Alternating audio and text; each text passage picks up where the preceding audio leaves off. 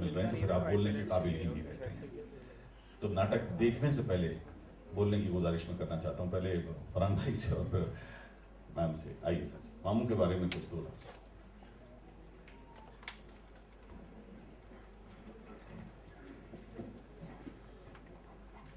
शुक्रिया बहुत बहुत। इस मौके पर मुबारकबाद देना चाहता हूँ मामू को।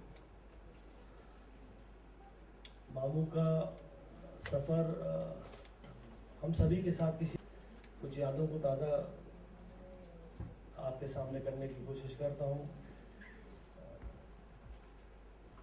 मामू एक बहुत तेज़ गेंदबाज हुआ करते थे, भोपाल के शायद सबसे तेज़ फास्ट बॉलर हुआ करते थे।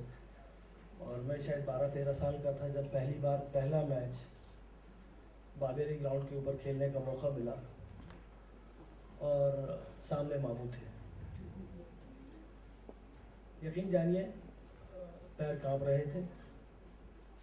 मामू को भी इस बात का एहसास था, लेकिन मामू की शख्सियत की खूबी ये थी कि वो आँखों से बातों से तो बहुत डरा रहे थे, बहुत लंबे रनअप से दौड़ के आ रहे थे, लेकिन इस बात का पूरा ख्याल और एहसास रखा ये बच्चे को चोट ना लग जाए।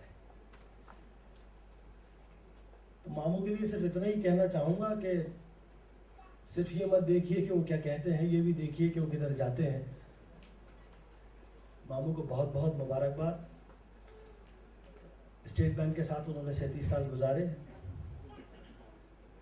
फर्स्ट इनिंग अपनी स्टेट बैंक के साथ खेली उन्होंने, और इस दिन का 31 मार्च का उनसे ज़्यादा शायद मुझे इंतज़ार था कि वो ये अपनी एक इनिंग ख़त्म करें तो दूसरी इनिंग मेरे साथ शुरू करें।